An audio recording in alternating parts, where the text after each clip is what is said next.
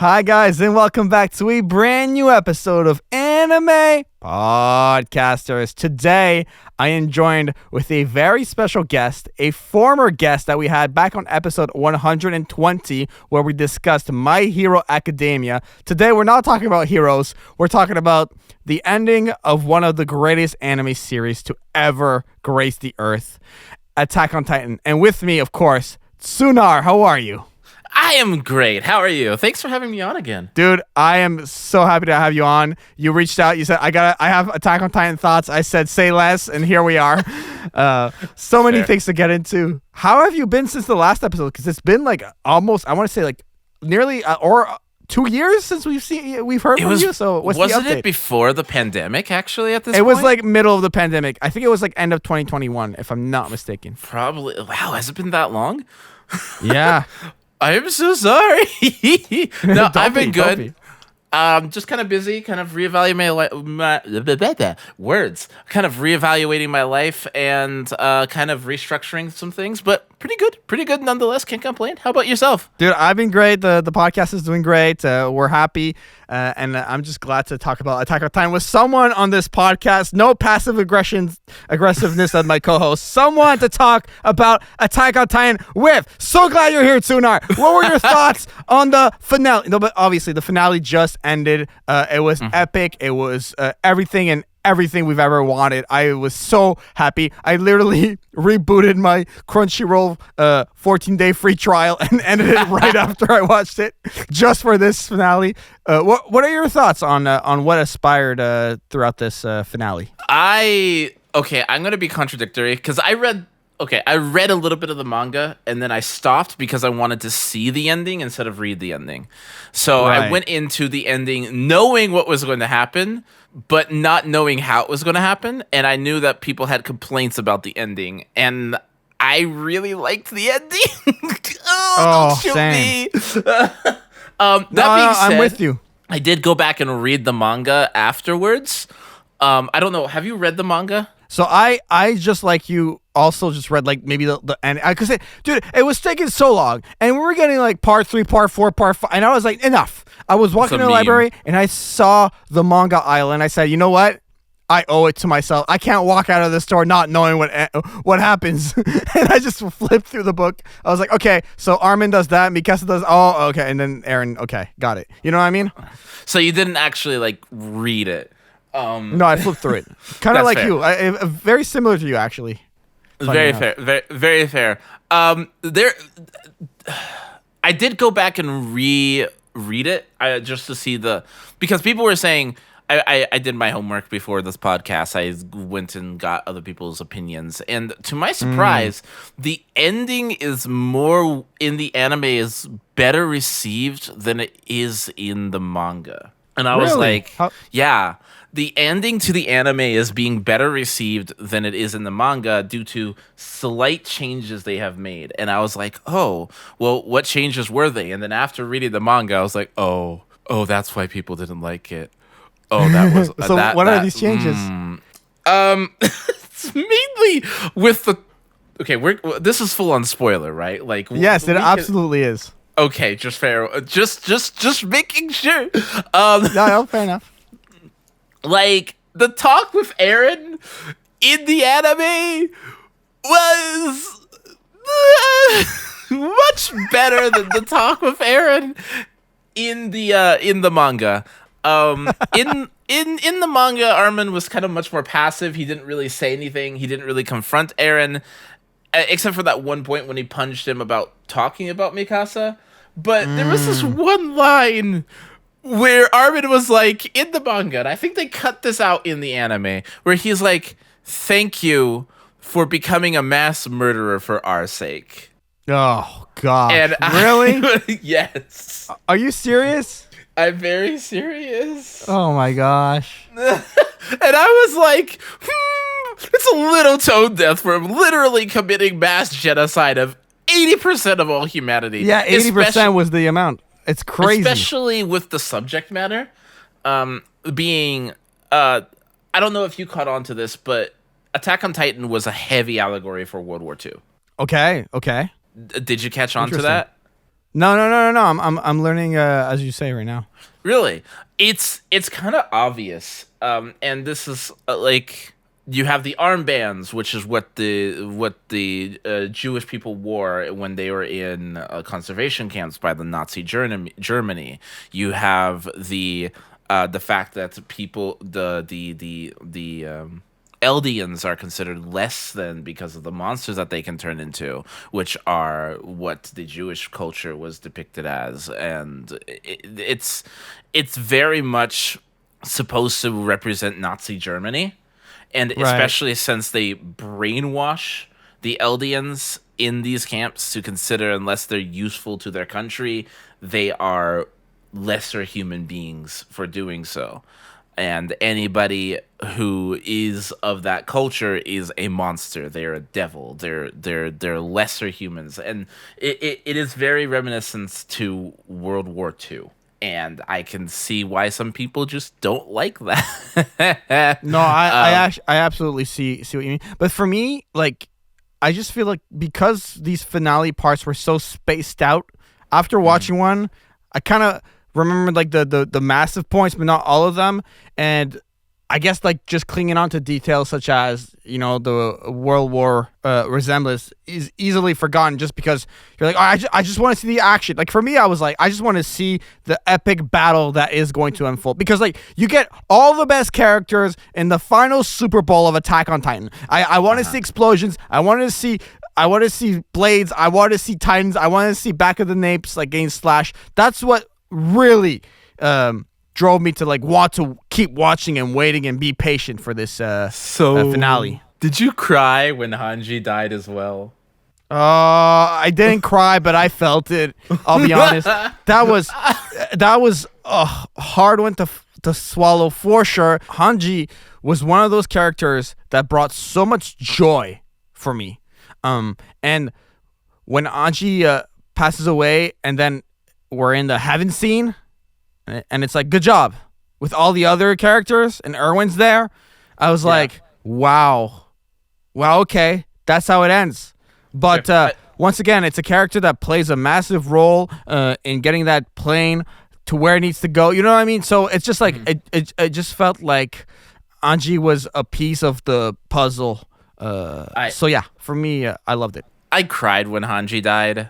When Hanji died, I knew it was coming too. I was like, oh no, I have to watch this all over again. Speaking of watching things all over again, what are your thoughts of Gabby? Gabby took away Potato Girl. So for that, I'll always hate Gabby. However, Gabby is really good with the sniper. And when Gabby has her head on straight, I'm cool with Gabby. I'm like, shoot who needs to be shot. You know what I mean? Not Potato Girl. That was one of the worst ones. But for me, Gabby was one of those characters that just had this grit, passion, and fight to her that you just knew she believed in what she believed in, no matter what the perception was, and she was gonna fight for it. But she was easily influenceable, is how I saw it as well. So I actually really liked Gabby because she's kind of like a mirror to Eren. A little bit. She shows two different things. One, she shows that history repeats itself because Eren, the whole thing started with Reiner, Bertolt, Annie kind of infiltrating, killing people, and that whole thing started a cycle of violence that created everything in Attack on Titan. It created Eren, who, brilliant foreshadowing, by the way. I don't know if you remember what, this is going a little bit off tangent, but it's leading to somewhere. I swear, bear with me. Remember what Mikasa said about Eren when he first transformed into a Titan? No, that's season 1 material. That was last decade. See, I remember it.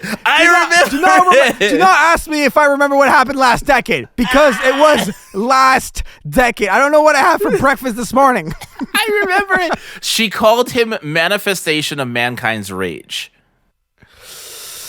Accurate. When she first saw that Titan form, not knowing it was Eren, she said it's like a manifestation of mankind's rage. And I agree. That really foreshadows what Eren does later. But anyways, that murder, that whole sequence at the beginning of the story caused that rage to burn up in Eren. And then later on, Eren does the same thing with Gabby, and Gabby says the exact same things as Eren does. Copy and paste. Like, when Eren's mother died, he said, "I'll kill them all, every last Titan." And then when Gabby, her friends, died due to Eren attacking her home and killing people she loves, she says, "I will kill every single last one of those island devils." So she is literally Eren. It's basically showing that the cycle repeats. And Eren is now in the same place that Bertholdt and Reiner were in. I mean, that's extremely accurate. I think I see it. Like, you're explaining this, and I'm just listening, and I see it right away. Absolutely. Eren became the monster that he wanted to destroy. Yeah.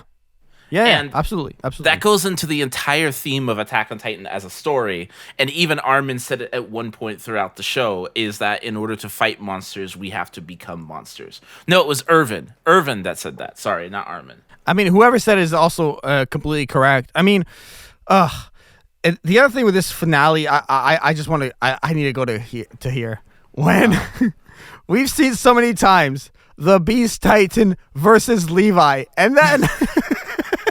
Hey, Levi's face. Levi's face. La, la, la, la. And it's like, you die now. Levi's face. Oh, he was so angry. He's not having it. Not having it. Dear Lord. That man. But no, I really like Eren as a character. Because he reminds me of... No, not even a however. He's very much... I was expecting however. He was very much like a light Yagami scenario. Where... Minus the intellect. Eren's not that smart. He's not. Let's be honest. He's not the smartest. He's exactly like this character, except take away that character's best trait. What are you saying? What are you saying right now? Eren's not a smart person. But like, I just love it. I'm sorry. That was great. That was great. But no, what I mean by that is that in Death Note, you're following the antagonist. You're not following the hero. The main character of the show is the villain. And if you look back on Attack on Titan through the last 10 years, Eren, like the first 3 seasons are a villain origin story. Because Eren is the main antagonist of the show. And you don't realize that until the final arc. But Armin is the main character. In the final arc, Armin just becomes that guy.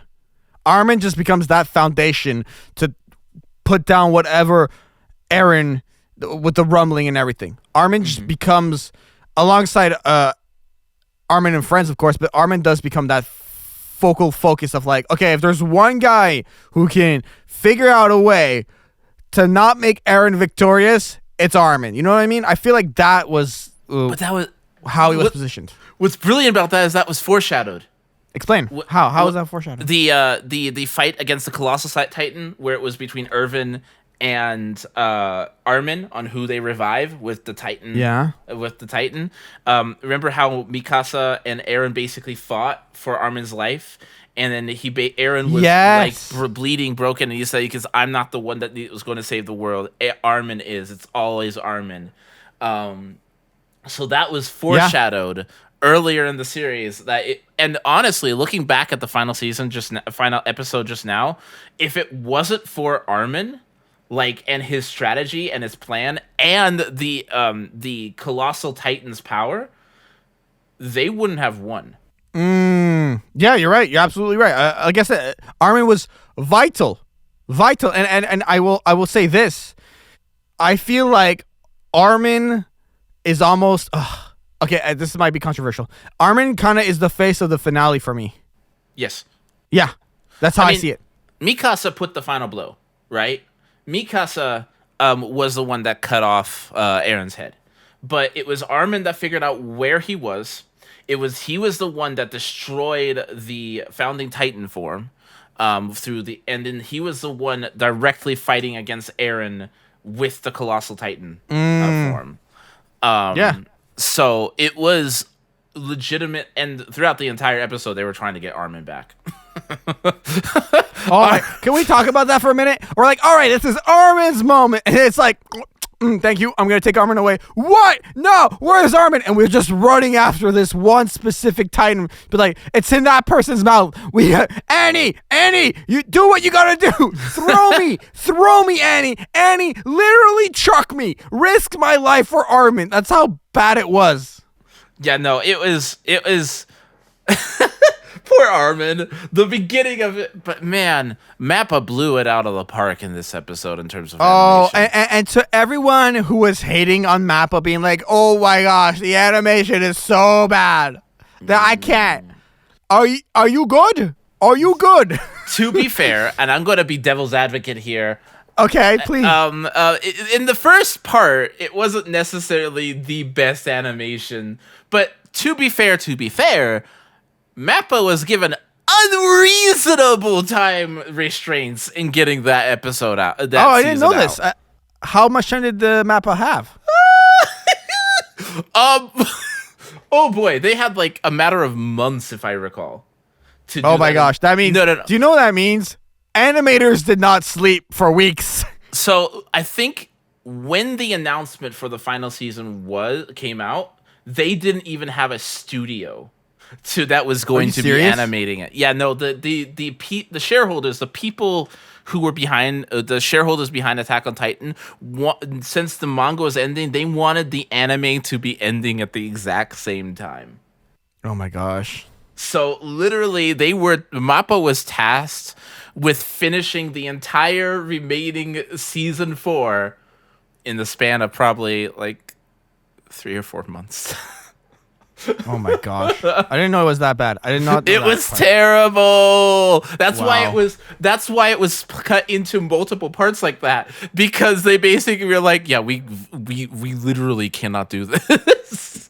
It was like, people call it a meme, and it is a meme, let's be honest. Like, Attack on Titan part 75, I'm still waiting for it. Part 75. Can we talk about that? Like, why so many parts? Why end it like that? Why do you think that was the way it was? Why didn't we get like another season? It was legitimately because the production of Attack on Titan is and always has been slave labor, and in order to keep the quality up, they had to cut it off into multiple parts to give the animators time to breathe. And even then, it was really, according to behind the scenes, it was slave labor. It was terrible, like, schedule. I don't see. I think you're right. Like, I could picture it like that. Listen, I don't work in animation, but I've worked on like studio projects for like films and stuff, and like on a much smaller scale than Attack on Titan, and those can be crunchy as all hell. So I can only imagine with Attack on Titan the insanity of that. Especially since. Sorry, go on. No, all I want to say is, if you're one of those animators listening to this, or like, just thank you for your work. Like, just a massive thank you from all anime fans and all listeners of this podcast. Seriously. Agreed. Yeah. Hard agreed.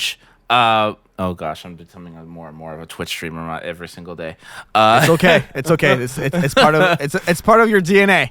Oh no. Anyways, but yeah, no, like, gosh. So reading the manga, people were complaining about the CGI. And I knew what was going to happen in the manga.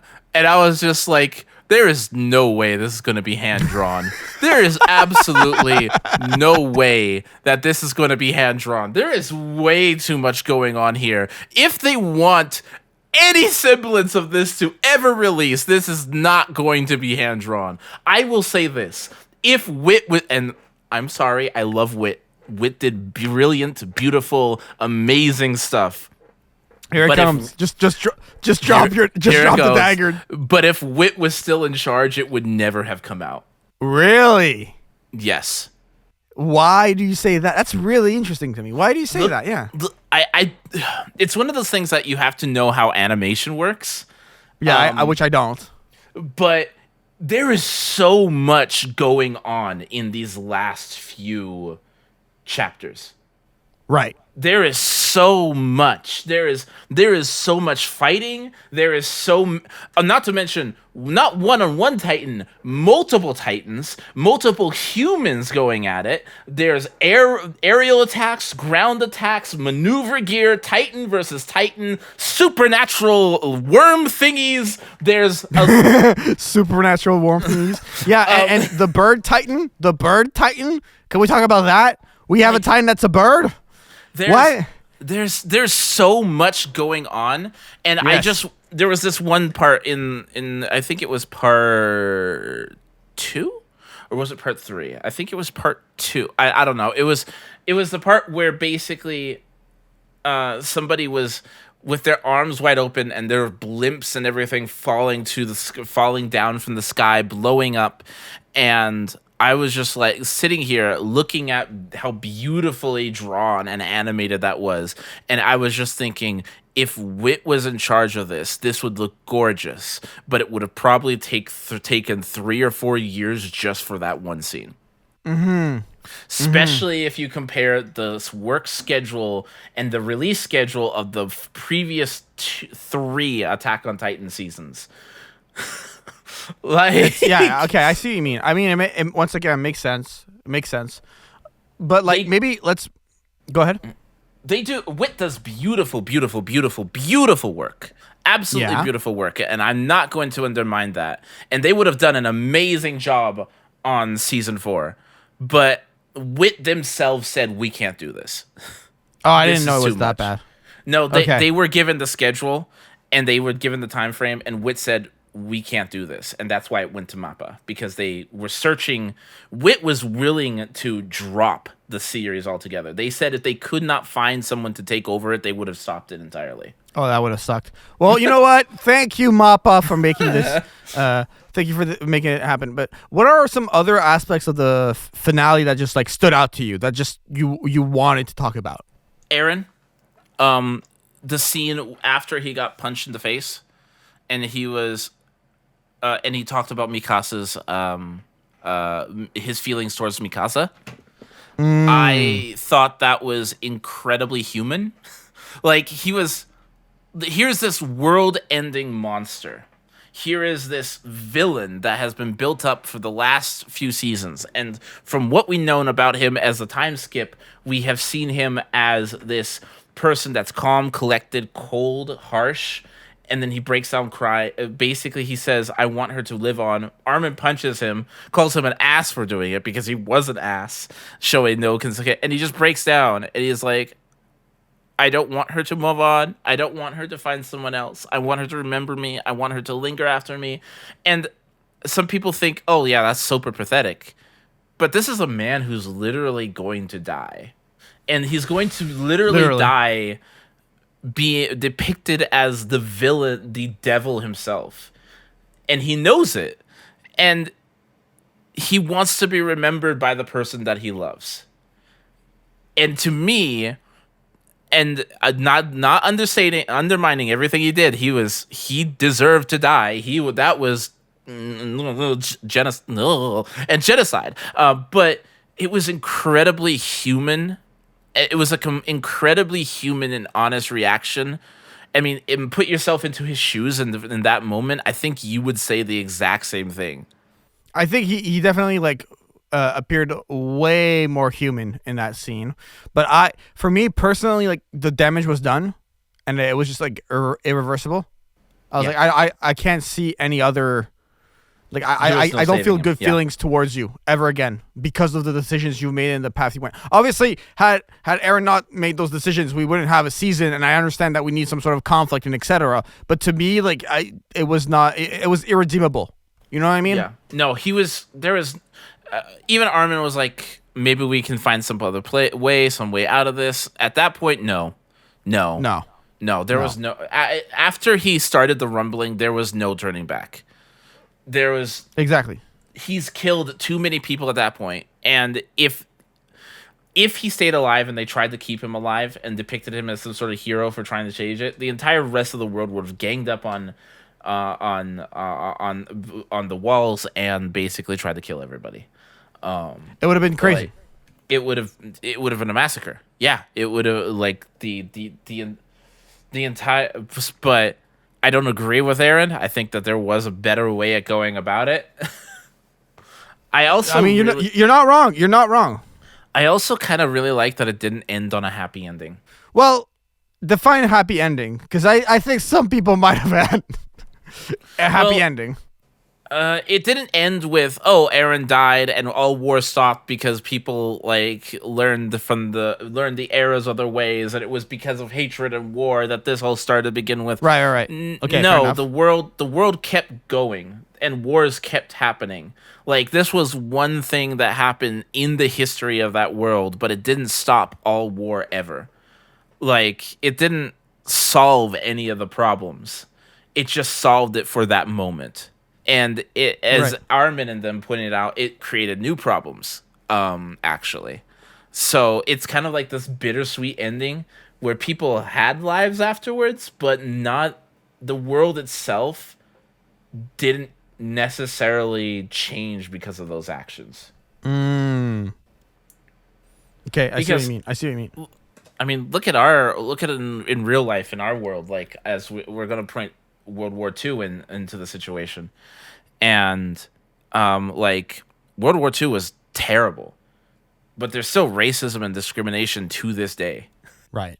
Like, just because it's unanimous that was a horrible thing to happen in human history, but it hasn't changed the mindset of humans. We're still learning and learning how to get past that centuries later.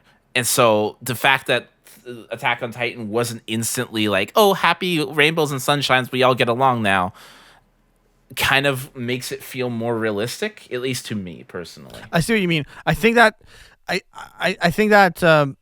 the way it ended was very Attack on Titan-esque. You know, it's always been a miserable anime. It's always been like just crappy. You know, just not fun. Like, oh, I love this character. Great. All right, noted. I'm gonna kill that character off next season.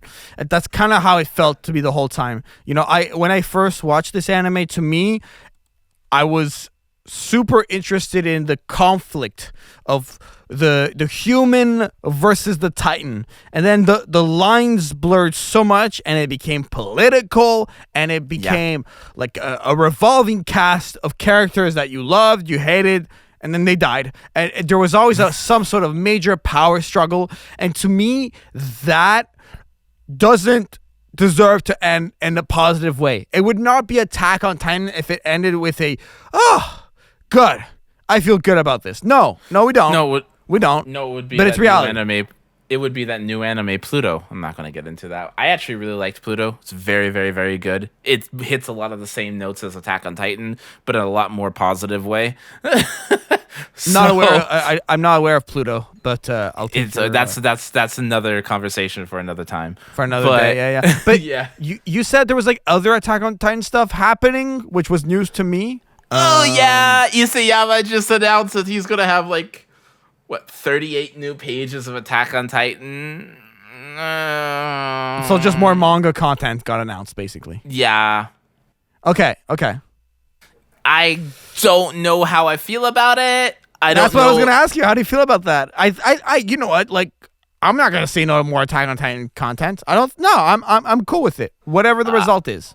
I mean, I'll probably eat it up. I'll probably go back and see it just because I'm curious. And but I kind of want him to just move on into some new stuff. If he does move on to stuff, if not, then I think he deserves a rest. That poor man. Being a mangaka is not an easy job in Japan. It's no, I can imagine. I don't know how the writer of One Piece does it. That man. Some people just have a brain for it. So the brain of a mangaka is something that I could never wrap my mind around personally, but I'm also someone who's very obsessed with like what I do with this podcast and the music and posting every single day, and some people can't wrap their minds around that. You know what I mean? Or some people can't wrap their minds around like a Twitch streamer like you. Like, oh, I'm going to stream 3 times a week. I'm like, why? Why? No. You know what I mean? So I just think it goes like that. It's one of those things that it just scratches or tickles their fancy and they go with it. Meanwhile, I was a month ago I was streaming like 5 to 7 days a week, 8 hours a day. Okay, exactly. So I mean, I try to make you sound better, but you're not helping yourself. I need a life, anyways. But no, like, no, I very much appreciated how it ended, and as you said, it was very Attack on Titan, where it's kind of this melancholy. Like, I didn't feel sad, but I didn't feel happy. Does that make any sense? Like, absolutely. But that's how you felt throughout the whole series. Like, tell me a moment where you were like, you know what I mean? Like, you're always either like sad or really happy. There's like the in between is just because it ended. So it's just the combination of all the emotions like culminating into like, all right, flatline. The first time that they closed the wall when Eren got his Titan form. That was the only point I was actually happy. That was a solid moment. That was a solid only point. Oh, and when Eren was basically told to stop whining. That's several moments. Well, actually yelled at to stop whining. Okay. When they learned the secret of his father killing the royal family. That was a whole other thing. Yeah, no, that was a big thing. But no, like, yeah, Attack on Titan's always been kind of this. I actually wanted to ask you about that. You brought it up a little bit. What did you think of the change in tones from humans versus monsters to humans versus the humans? So, the Titans always felt like human to me. Mm-hmm. Like, I can tell from the beginning, like, this is probably a human thing. And when we got to the point where Eren gets eaten by a Titan and you're like, oh, well, the main character's dead. It's like, no. The main character's also a Titan. Mm-hmm. I was like, okay, we can now fight fire with fire. This feels right to me. And next thing you knew, there's like a bunch more of these humans that can become Titans. And the line blurs more and more and more and more and more and more. I felt myself to be extremely confused by the end of it. I didn't know what was what anymore and who was what and why was what and what town was what town. I could tell you, like, after Erwin's death, I really felt just confused the whole rest of the anime. I still watched because I enjoyed it and because I like the fights and everything. But other than that, I was like, okay, so now Levi's working with Zeke, and now Levi's fighting Zeke, and now Levi's getting blown up by Zeke. Like, it just moved so much, and it gets convoluted as all hell. You know what I mean? See, I don't. I'm on the words are special, and you can speak them, Tsunar. No, can you? I'm on the. Can I? No, I'm kidding. Can I? I can't speak? Oh no, my life's a lie! Yeah, exactly. No, I at first was shocked at the change, but it all kind of made sense the more I thought about it and the more that they kind of depicted it. Because, like, they kind of hinted at it in season 3 with, like, the original founding Titan, like, erasing the memories of everyone in, and they did say that there were people outside the walls. They just didn't want, it would be dangerous if they ever left the walls. But no, I like political stories, and I really think the politics were really done well here. And you say it's convoluted, but it's also very similar to, like, have you seen Game of Thrones? I'm like that one person who hasn't. Huh? I'm like that one person who has not watched Game of Thrones. It's all about politics and personal agendas. Enemies. Yeah. Yeah, and that's basically what Attack on Titan was, and why it's called the Game of Thrones of anime. Also the controversial ending. But, like, there are times that people had to work together despite hating each other because their agendas aligned. And sometimes They had to go up against people they enjoyed because their agendas don't align, and it was nothing serious. It was just politics, young one. Anyways, but I enjoyed that characters were more than their moral code, because humans are more than their moral code. Like I like to consider myself a pacifist, but who knows what I would do if my friends or family are threatened. Like humans, right? Are I see what you mean. creatures. I see what you mean. Actually, And I don't know why, but you made me think of Connie for a minute there, because I feel like Connie's kind of a pacifist, but when he can find out that like there's a way for his mother to be brought back, he nearly kills. Yeah, exactly. What were your thoughts on Connie as a character? Because he's kind of background, but he's very background. But he kind of isn't though. But he isn't as well, because he makes it all the way through, so he's definitely got his space. He's supporting at the very least. I mean, he's a supporting character, yeah, but he's kind of, I hate to say this, he's the Krillin of this show. Is that because the no hair or the short hair? That, and he serves basically the same function. He's comic relief, and he's got his moments, but in general, everyone else is just more important. I can tell you that if Connie died, nothing would have changed. You're not wrong. Like, there's a reason he survived at the end, is because his death would have... I'm sorry. There's a reason he survived at the end, and it's because his death would have meant nothing. What about Jean? What are your thoughts on Jean? I love Jean. John as a character, he has grown so incredibly much since when he was first introduced to where he is at the end of the show. He is a completely different person. This was a person that wanted the easy life, where he just wanted to be in the military so he could relax, eat comfortably, and die old with a fat belly. Then he became a natural born leader. Became the leader of the group. Legitimately, he wasn't the strongest, the fastest, the smartest, or the most skilled, but he definitely enabled everybody else and kept everybody together. He was the leader at the end of the group, at the end of the story. Like, gosh, he absolutely I was. love him. No, he's awesome. He's awesome. He definitely grew. I gotta say that I love the just John versus Bertolt. Not Bertolt. Is it Bertolt? No, it's not Bertolt. Who's the armor titan? I'm blanking. Bertolt. It is Bertolt. Yeah.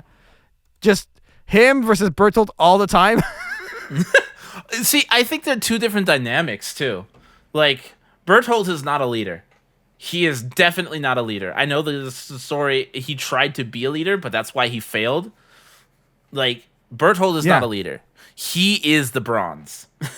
He is he's the tank in RPGs. He sits there, looks pretty, and lets people smack him. And that's okay, because he basically lets everybody else go in and do their thing, because they're busy smacking this giant wall of metal.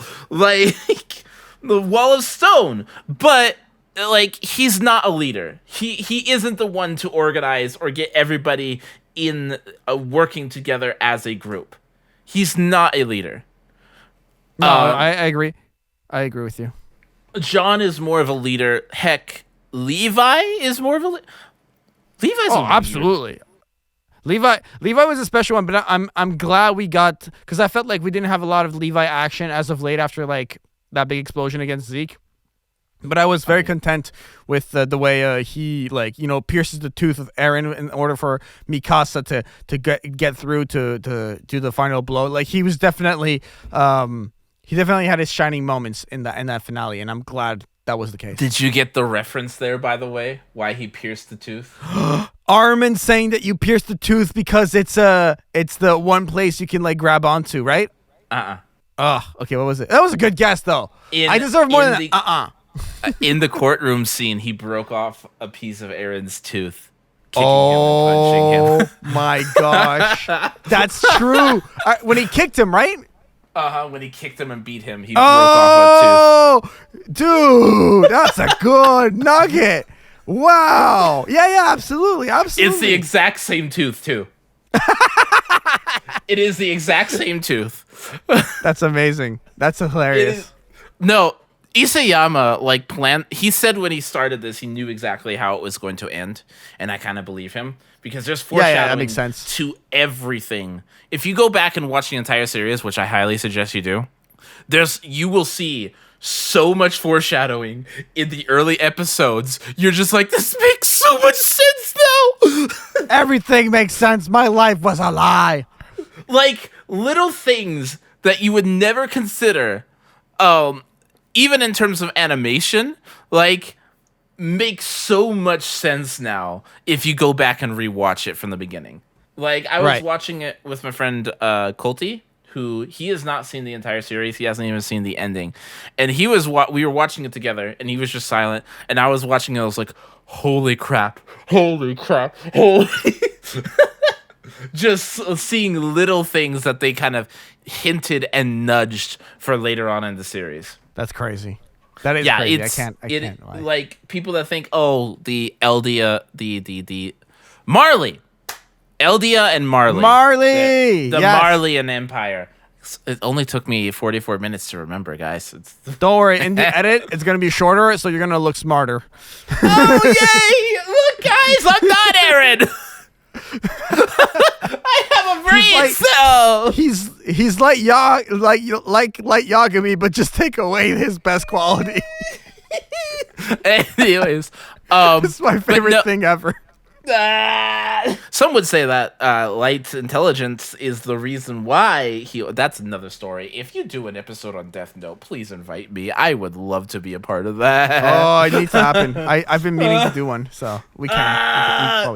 Death Note is one of my favorite animes ever. So I've rewatched that thing so many times, and I have hot takes about the ending. Anyways, that's a different discussion entirely. Yes. I lost my train of thought. Sorry. It's gone. It's okay. We were talking about whatever we were talking about. It doesn't matter. Whatever you want to say now, just say it. We're flying off the handle. No, the entire show is basically foreshadowed. And if you go back, you can see the foreshadowing to Marley so intensely. I do want to say though, Aaron's entire plan makes no sense. Why so? Okay, so no,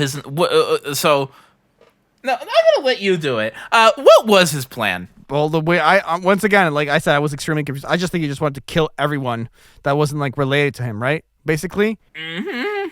So his plan was to kill off because he could see the past, present, and future. His brain was kind of jumbled. He basically was jumbled and confused at that point. But his entire plan was to kill off the majority of humanity and put his friends, the people that he cared about at the most, at risk. And in doing so, they could possibly come in and stop him and become the saviors of humanity, thus giving them a happy, long lives, but also reducing humanity to a point that that the rest of the world is at the same footing as Eldia. Sounds very backwards. So the issue is, he wanted his friends to live, but his plan relied on his friends killing him. But if any of his friends, and it is a complete possibility that his friends would die in the process of doing so. But he wanted them to live. You see the issue here? Very backwards. Aaron's not the smartest tool in the shed. He's not a.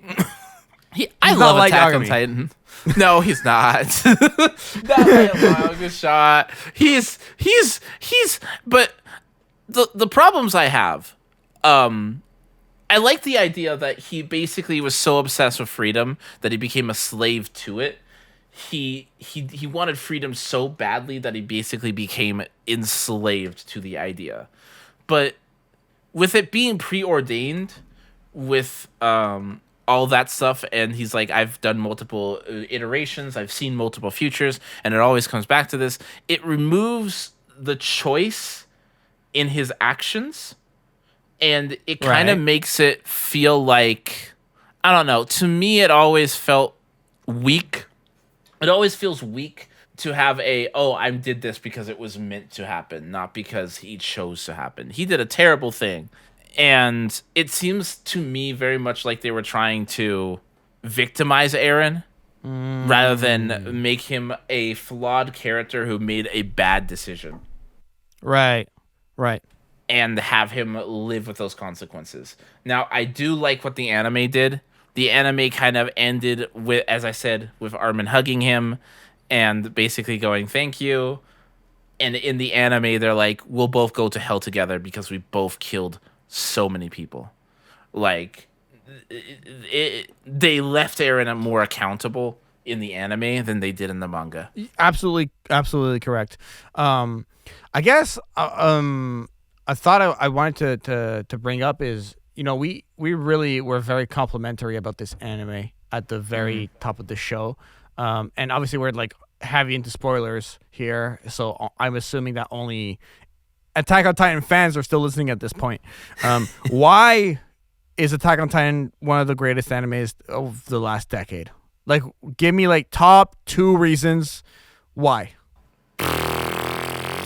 I can't give you 2 reasons because say what you want about the ending, the and I'm gonna quote Gigak here a little bit. The hits, the points that it needed to hit, and the message it was trying to convey landed incredibly well, and it made you feel things that other shows in this genre didn't do. I can't really it made you. That's like honestly it was accurate. Yeah. Attack on Titan is a roller coaster of emotions. I have laughed. I have cried. I have been worried. I have been scared. I have been depressed, angry. Like, I have had a whole range of different emotions, and showing the humanity in both the heroes and the villains, and how your villains can be heroes simultaneously. Like, when Bertholdt and Reiner revealed themselves to be the Colossal Titans, how many people are like, "Oh, you're the bad guy. You're the villain here. You're the bad guys here." I was one of those people. But then you go into season 4 and learn about them and their past, and you're like, "Oh, wait, you're a victim too." And then Eren becomes the villain, who we thought was the hero up until this point. He was the good guy. He was the character we were following. He was the shonen protagonist with the goal. Is now in the same position that Attack on Titan shows humanity better than most other media. I don't want to even just say anime. It shows the goods and the bads and the flips and the turns and the hypocrisy of humanity better than any other media. I don't want to say any other, but than most. I'm trying to disagree with you, but you're making it really hard. I like storytelling. Like, I can tell. I like, even, and it brought back, again, goes back to World War II. Like, the only thing that is unanimous in Attack on Titan is that it depicts Marley as this really bad place. Like, the rest of the world hates Marley. Eldia isn't the most hated, one of the most hated, and just the most hated place in the world. Marley is up there too. The rest of the world really did not like Marley. And they had this like Nazi superiority thing going on, and it's like that's the only thing that was like unanimously bad. But even then, there were good people in Marley. Yeah, yeah, absolutely. It's such Attack on Titan does a really good job at saying there are no heroes and villains. There are just people. And sometimes people have to become monsters in order to face up against their monsters. And that is the entire theme of Attack on Titan, is that good people can become monsters if they have to in order to survive. Right. Absolutely. That, like, what? I don't know where else to take. I feel like that's a perfect place to like leave it, but obviously I want to like allow you, if you have other big points you want to bring up, because we're about to hit the 1 hour mark here. Are there other things about the finale or anything else that you wanted to bring up before we slowly wrap. I actually things up. wanted to ask you about that. Did you watch the end credit sequence? I did not. I didn't. I'm sorry. Oh no! Because Tell me about it. Bring this up. Because Yeah, you can. it shows- You can. Okay, so basically in the manga and in the anime, you see time progress and multiple wars basically happen throughout history until it basically becomes our time period. And basically it looks post-apocalyptic because of war. The entire world is basically destroyed. It's run down. War is basically ravaging the land. And then you see this one kid with a dog go up to the tree where Eren was buried. And it has a hole in it where you can walk through, just like when Ymir did, and he walks right inside of it. Oh, it's not over yet. So here we go again. It kind of hints at the history repeats itself thing, which is the thing that we've been talking about, like with Attack on Titan this entire time. With it started with Reiner, then continued with Eren. Like war will never stop. History repeats itself. If a dog walked through, do you think I'm gonna plant my flag right here? The next iteration of Attack on Titan is Attack on Dogs. Oh dear Lord! Attack on K9. Attack on K9. It's gonna be a rough time. I hate it. Oh. Wait, are you saying you don't like my idea? The pun. Okay. Well, you're barking up the wrong tree, Tsunar. Oh, you don't have a. But then again, I make puns too. I don't have a wolf to stand on. Okay. And just then, all your viewers, all your listeners just left. They all clicked off. Listen, Tsunar, where can people find you? Like, you talked about Twitch a lot. You talked about your streams a lot. Where can people find you if they enjoyed listening to you? I stream pretty consistently on Twitch, Tsunar Kalon. I usually stream Monday through Friday, but this might be changing to Monday through Wednesday. But either way, you can find me on Twitch, Tsunar Kalon. I'm there most often. I also have a music channel, Jonathan Strong, if you want to check out my covers and music. I need to get back into doing some more anime stuff, but I've basically just been doing things that really speak to me recently. But those are the main two places you can find me other than Twitter, or X, but that place is dying. We don't talk about that. Yes. So everything for Tsunar will be linked in the description. So make sure to go follow and like and repost, because we don't retweet anymore apparently. And also, I'll plug this. If you're listening to this, it's in all likelihood A Ghibli Christmas, which is a 15-track Christmas song cover album of Ghibli songs that I made, is out on all platforms. It's Ghibli Christmas music that I've composed, that I've covered, that I'm so happy about. So go give it a listen. Go look up A Ghibli Christmas in whatever music platform you use, and go give it a listen for the holiday season. Spin it up so I can pay my rent. All right. So, for myself and Tsunar, this has been another episode of Anime Podcasters. Bye, everyone. Bye. Hey, guys. Hotshot here. Thanks so much for listening to this episode of Anime Podcasters. We have over 100 other episodes for your entertainment found wherever podcasts are available, such as Spotify. We also release new episodes twice a month, so keep an ear out for us. You can follow the podcast at Anime Podcasters on Facebook, Twitter, Instagram, TikTok, and Jaian Music's YouTube channel. Jaian himself can be found on social media at Jaian Music, as well as his own website, jaianmusic.com. Kyo, our artist for the podcast, can be found on Twitter and YouTube at GoProKyo, as well as his website, ccartgalleryportfolio.com. As for me, Hotshot, you can find me on YouTube and Twitter at HotshotGinger. As always, guys, thanks for listening to us. Hope to talk to you soon. Take care.